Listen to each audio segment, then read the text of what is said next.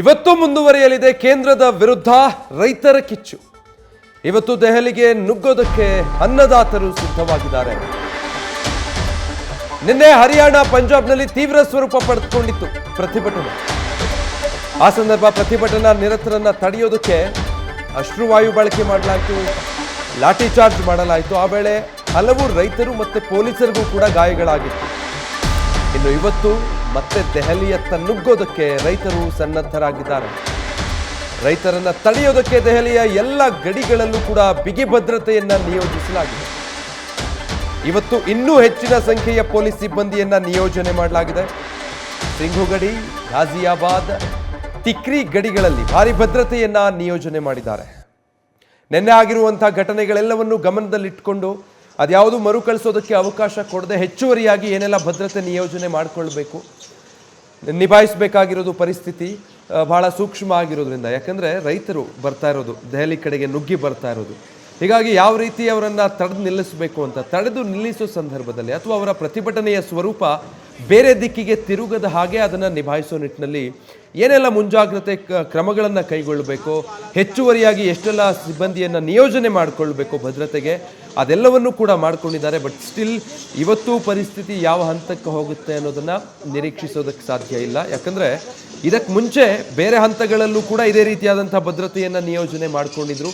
ಅಷ್ಟೆಲ್ಲ ಆಗಿಯೂ ಕೂಡ ನಿನ್ನೆ ನಡೆದಿರುವಂಥ ಘಟನೆಗಳನ್ನು ನೋಡ್ತಾ ಇದ್ದರೆ ರೈತರ ಆಕ್ರೋಶದ ಕಟ್ಟೆ ಹೊಡೆದಿರೋದ್ರಿಂದ ಯಾವ ರೀತಿ ಇದೆ ಅವರ ಪ್ರತಿಭಟನೆಯ ಸ್ವರೂಪ ಅಂತ ಹೇಳಿದರೆ, ಎಷ್ಟೇ ದೊಡ್ಡ ಸಂಖ್ಯೆಯಲ್ಲಿ ಅಲ್ಲಿ ಪೊಲೀಸರನ್ನು, ಭದ್ರತಾ ಸಿಬ್ಬಂದಿಯನ್ನು ನಿಯೋಜನೆ ಮಾಡಿದರೂ ಕೂಡ ಎಲ್ಲೋ ಒಂದು ಕಡೆ ಆ ಕ್ಷಣಕ್ಕೆ ಪರಿಸ್ಥಿತಿಯನ್ನು ನಿಭಾಯಿಸೋದ್ರಲ್ಲಿ ಕಷ್ಟಕರ ಆಗ್ತಾ ಇದೆ.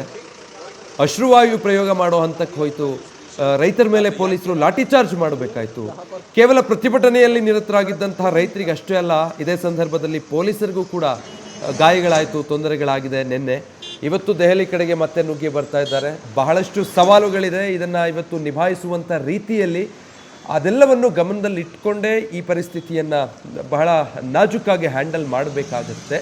ಆ ನಿಟ್ಟಿನಲ್ಲಿ ಇವತ್ತಿನ ಬೆಳವಣಿಗೆಗಳೇನಾಗುತ್ತೆ ಅನ್ನೋದನ್ನು ಕಾದು ನೋಡಬೇಕು. ಸೊ ಸಿಂಘು ಗಡಿ ಇರಬಹುದು, ಗಾಜಿಯಾಬಾದ್, ಈ ಜಾಗಗಳಲ್ಲೆಲ್ಲ ದೊಡ್ಡ ಮಟ್ಟದಲ್ಲಿ ಭದ್ರತೆಯನ್ನು ನಿಯೋಜನೆ ಮಾಡಿಕೊಂಡಿದ್ದಾರೆ.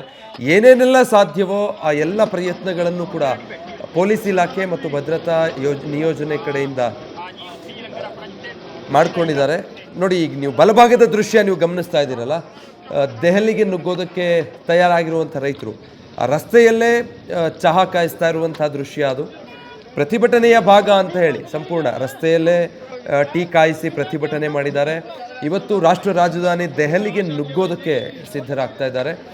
ಇವತ್ತು ಒಂದು 10-11 ಗಂಟೆ ನಂತರದಲ್ಲಿ ಆ ಪ್ರಕ್ರಿಯೆ ಆರಂಭ ಆಗುತ್ತೆ. ಮತ್ತು ಇವತ್ತಿನ ಪ್ರತಿಭಟನೆ ಆರಂಭಗೊಂಡು ಮುಂದುವರಿತಿದ್ದ ಹಾಗೆ ಯಾವ ರೀತಿ ಪರಿಸ್ಥಿತಿಯಲ್ಲಿ ಉಲ್ಬಣಗೊಳ್ಳುತ್ತೆ ಅನ್ನೋದನ್ನು ನೋಡಬೇಕು. ಪರಿಸ್ಥಿತಿಯ ಅರಿವಿರೋದ್ರಿಂದನೇ ಪೊಲೀಸರು, ಭದ್ರತಾ ಸಿಬ್ಬಂದಿಯನ್ನು ದೊಡ್ಡ ಸಂಖ್ಯೆಯಲ್ಲಿ ನಿಯೋಜನೆ ಮಾಡಿಕೊಂಡಿದ್ದಾರೆ. ಯಾವುದೇ ಕಾರಣಕ್ಕೂ ಯಾವುದೇ ಅಹಿತಕರ ಘಟನೆಗಳು ನಡೆಯದ ಹಾಗೆ ಏನೆಲ್ಲ ಮುನ್ನೆಚ್ಚರಿಕಾ ಕ್ರಮ ಕೈಗೊಳ್ಳಬೇಕು ಅದೆಲ್ಲವನ್ನೂ ಕೂಡ ಕೈಗೊಂಡಿದ್ದಾರೆ. ಬಟ್ ಸ್ಟಿಲ್ ನೋಡಬೇಕು, ಮೊದಲನೇ ಬಾರಿ ಇದಾದಾಗ ಈ ಹಿಂದಿನ ವರ್ಷಗಳಲ್ಲೆಲ್ಲ ಬಹಳ ಬೇರೆ ಸ್ವರೂಪ ಪಡೆದುಕೊಂಡಿತ್ತು. ಬೇರೆ ಬೇರೆ ಆಯಾಮಗಳಲ್ಲಿ ಅದಕ್ಕೆ ಚರ್ಚೆಗಳು ಆರಂಭ ಆಗೋಗಿದ್ವು. ಅನ್ನದಾತನ ವಿಚಾರದಲ್ಲಿ ಕೇವಲ ಭಾರತದಲ್ಲಷ್ಟೇ ಅಲ್ಲ, ಅದು ಅಂತಾರಾಷ್ಟ್ರೀಯ ಮಟ್ಟದಲ್ಲಿ, ವಿಶ್ವ ಮಟ್ಟದಲ್ಲಿ ಚರ್ಚೆಯಾಗುವಂಥ ಹಂತಕ್ಕೆ ಹೋಗಿತ್ತು.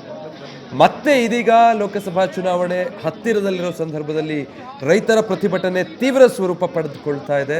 ಇವತ್ತು ದೆಹಲಿಗೆ ನುಗ್ಗೋ ಪ್ರಯತ್ನದಲ್ಲಿದ್ದಾರೆ. ನ್ಯೂಸ್ ಫಸ್ಟ್, ನಿರ್ಭೀತಿಯಿಂದ ನಿಮ್ಮ ಪರವಾಗಿ.